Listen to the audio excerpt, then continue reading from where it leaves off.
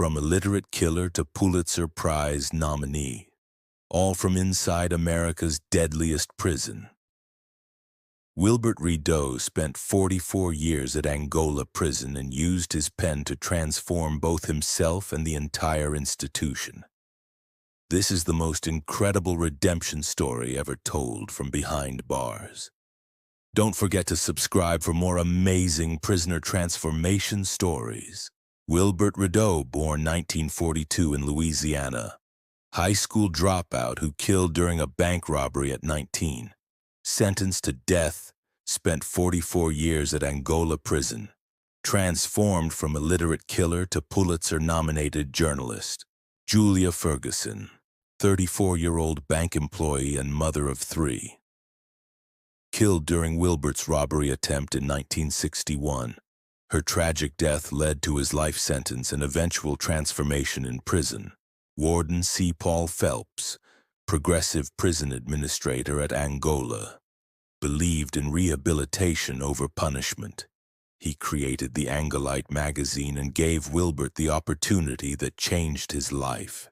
Captain James Morrison, veteran Angola prison guard for 25 years. Witnessed Wilbert's transformation from violent inmate to respected journalist. Represented the old brutal system slowly changing. Angola Prison was called the Farm, a place where men went to die. Wilbert Rideau was supposed to be one of them. Instead, he picked up a pen and transformed both himself and one of America's most violent prisons forever. February 16, 1961. Lake Charles, Louisiana. The humid air hung thick with the promise of another scorching southern day, but inside the First Gulf National Bank, the atmosphere was electric with terror.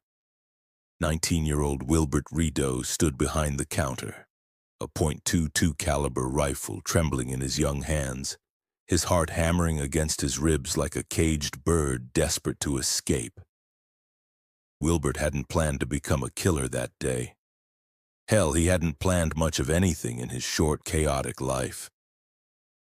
Born into the grinding poverty of rural Louisiana in 1942, he was the son of a sharecropper who barely scraped together enough money to feed his family. Education was a luxury that poor black children in the Jim Crow South couldn't afford, and Wilbert had dropped out of school by the time he was 14, functionally illiterate and burning with a rage he couldn't articulate or understand. The bank robbery was supposed to be simple. Walk in, demand money, walk out. Easy money to solve the mounting problems that seemed to crush him from every direction.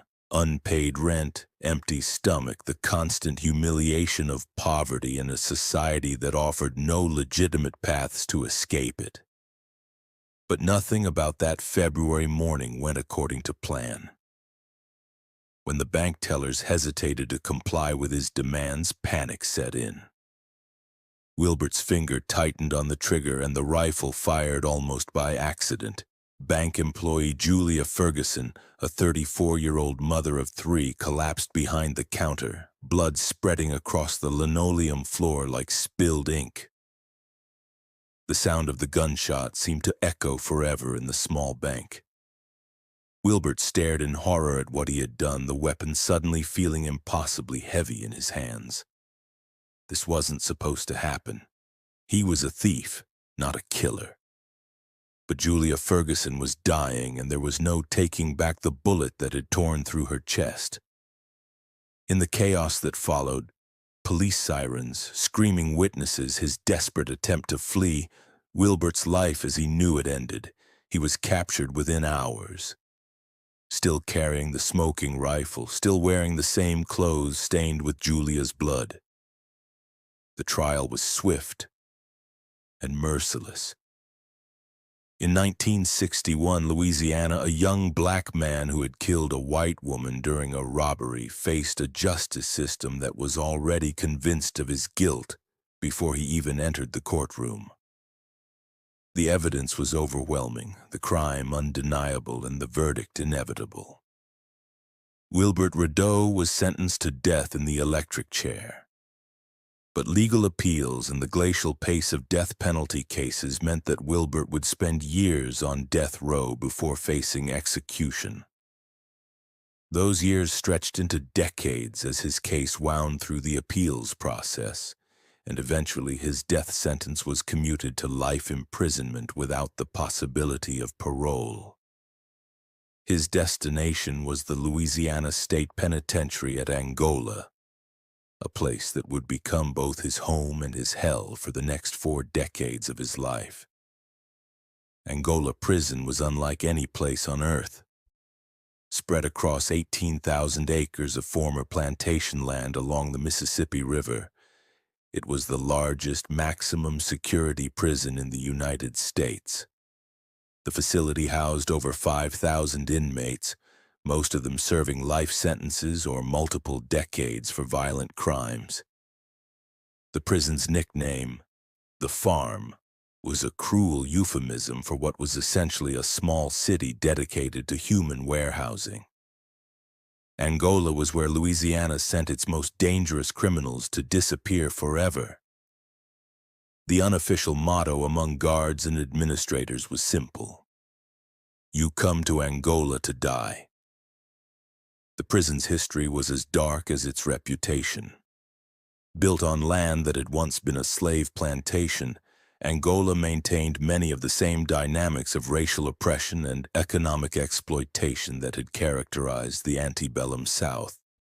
Inmates worked the fields under armed guard, picking cotton and soybeans under the blazing Louisiana sun for pennies per hour. Violence was endemic at Angola. Stabbings were daily occurrences. Rape was commonplace. Guards were often as brutal as the inmates they supervised, and corruption was woven into the fabric of the institution like Spanish moss draped over ancient oaks. When Wilbert arrived at Angola in 1962, he was 20 years old and completely unprepared for the reality of life behind bars. He was small, young, and educated only in the harsh lessons of poverty and desperation. In the predatory environment of maximum security prison, he was natural prey for older, more experienced inmates. The first few years were a nightmare of survival. Wilbert learned to fight with knives fashioned from scrap metal, to sleep with one eye open, to navigate the complex racial and territorial dynamics that govern daily life at Angola.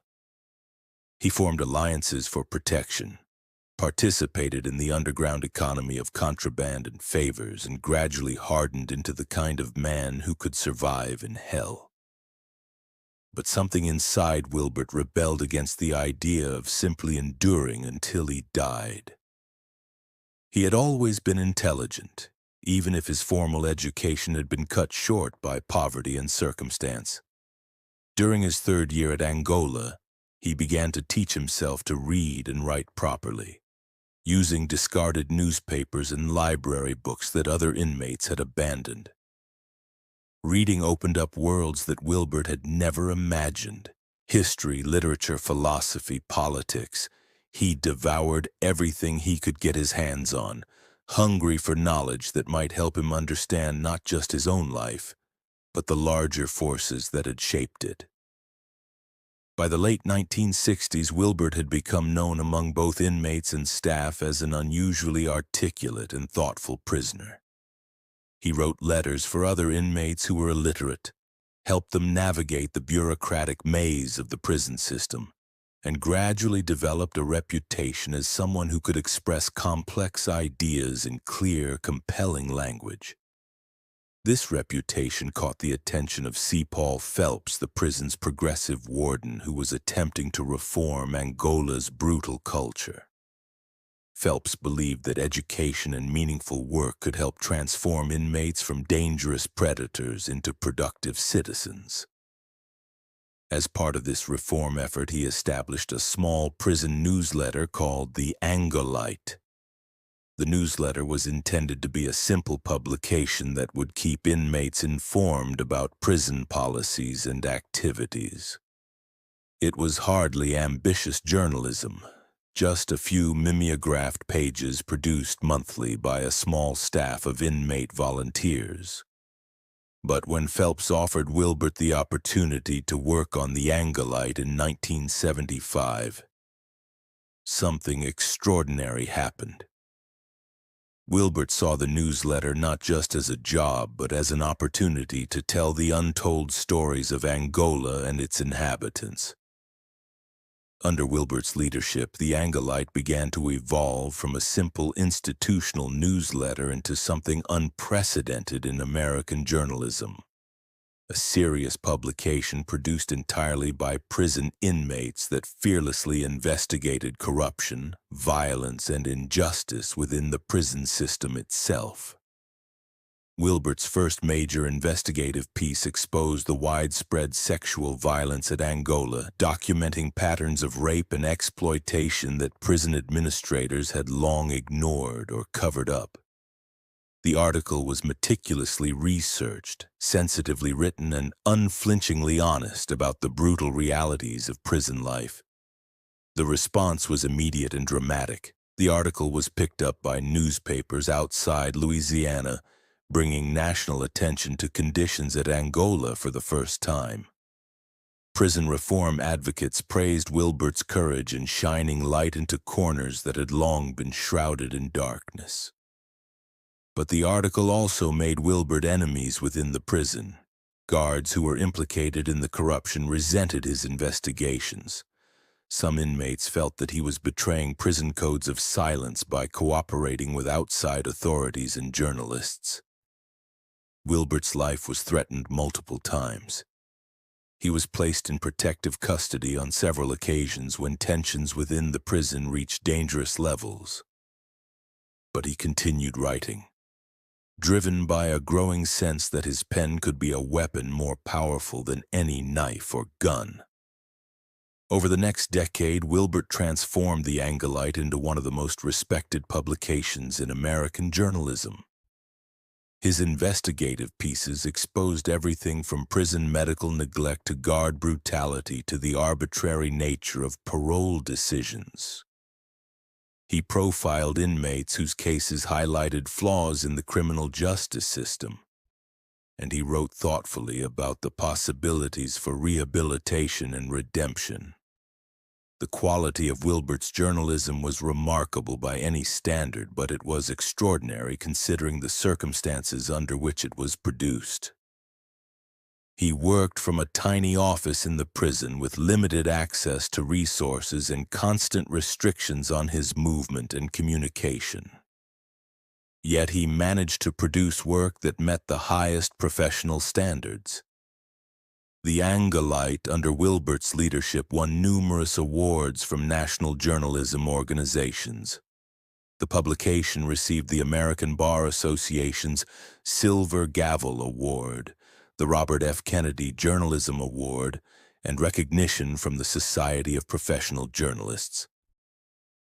Wilbert himself was nominated for a Pulitzer Prize, an honor virtually unprecedented for a prison publication. More importantly, Wilbert's journalism began to change conditions at Angola itself.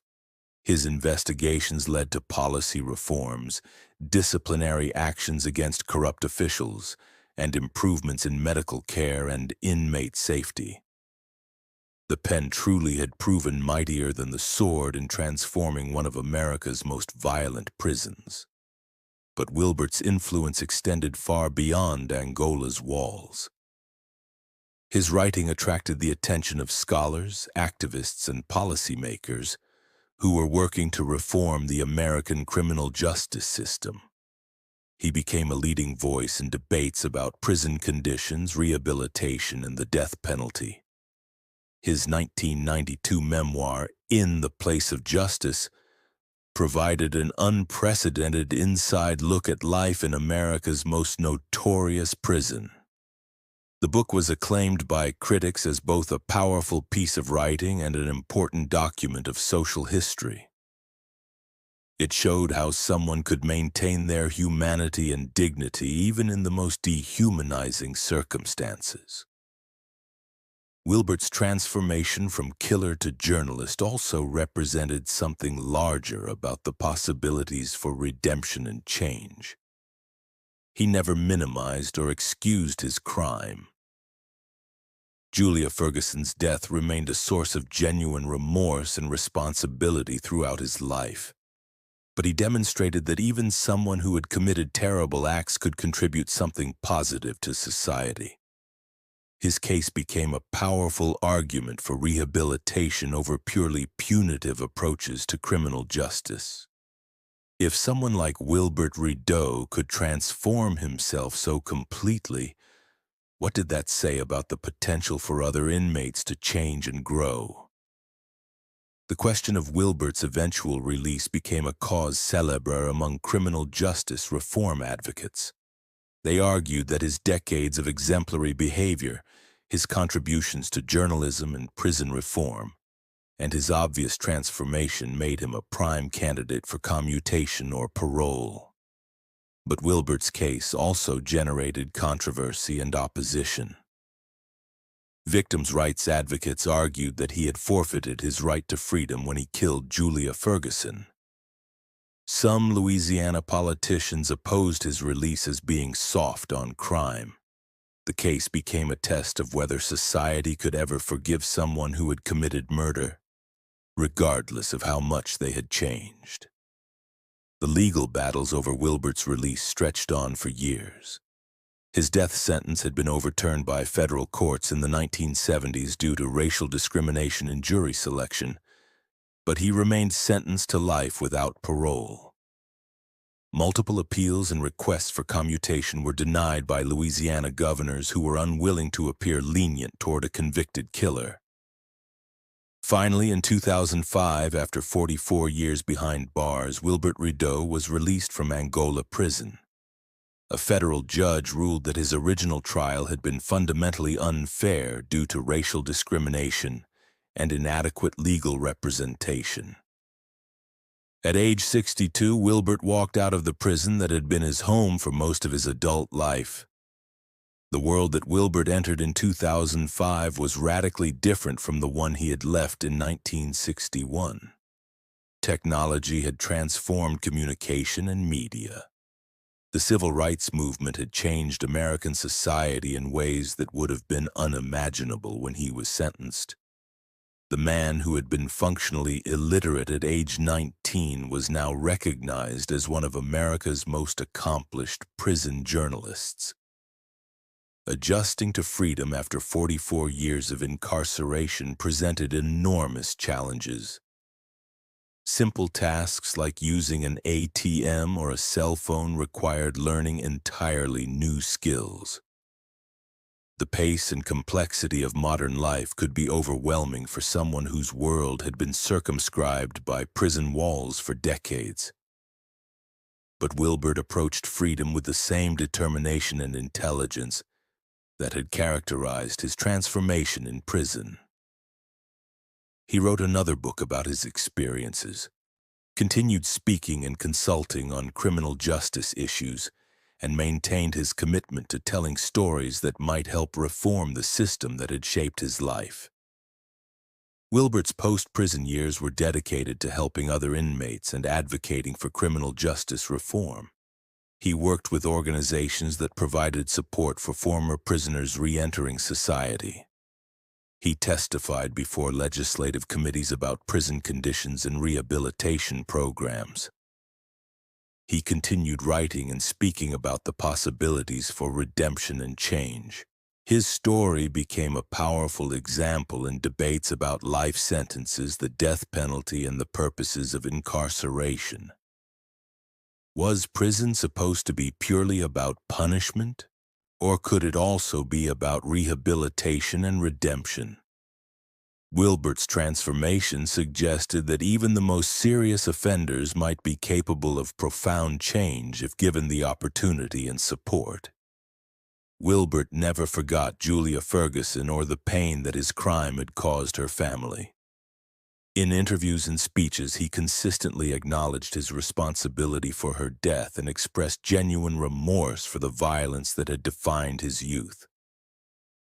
But he also argued that his decades of positive contributions to society demonstrated the possibility of redemption even after terrible acts.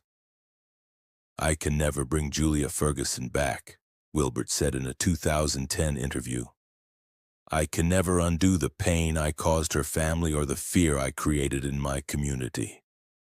But I can spend whatever years I have left trying to prevent other young people from making the same mistakes I made, and trying to help other prisoners find better paths than the one that brought me to Angola."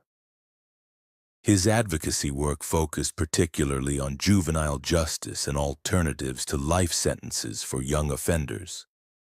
He argued that the 19-year-old who had killed Julia Ferguson was a different person than the 62-year-old who walked out of prison, and that the criminal justice system should recognize the capacity for change and growth, especially among young offenders. Wilbert's later years were also marked by efforts to improve conditions for inmates still serving time at Angola and other prisons. He worked with the Angolite's current staff to continue the publication's tradition of investigative journalism. He supported programs that provided education and job training for prisoners, and he advocated for policies that would give lifers opportunities to demonstrate their rehabilitation and earn consideration for release. As of 2024, Wilbert Rideau continues his work as a writer, advocate, and living example of the possibilities for transformation within the criminal justice system. His story has been featured in documentaries, academic studies, and policy debates about prison reform. The Angolite continues to publish under new leadership, carrying on the tradition of fearless journalism that Wilbert established. The publication remains one of the most respected prison magazines in the country, continuing to investigate conditions at Angola and advocate for improvements in the treatment of inmates. Wilbert's legacy extends beyond his journalism to the broader questions his life raises about justice, redemption, and the purposes of punishment. His transformation from a barely literate teenager who committed murder to an award-winning journalist who helped reform one of America's most brutal prisons represents both the worst and best possibilities of human nature. The pen that Wilbert picked up in his prison cell did more than help him survive Angola. It helped him transform both himself and the institution that housed him. His words carried beyond the prison walls to influence policy, change lives, and demonstrate that even in the darkest places, the human capacity for growth and redemption can triumph. Julia Ferguson's death remains a tragedy that can never be undone. But Wilbert Rideau's transformation from her killer into a voice for justice and human dignity represents a different kind of truth about crime, punishment, and the possibilities for change. In the end, his story suggests that while we cannot escape our past, we can choose how to write our future.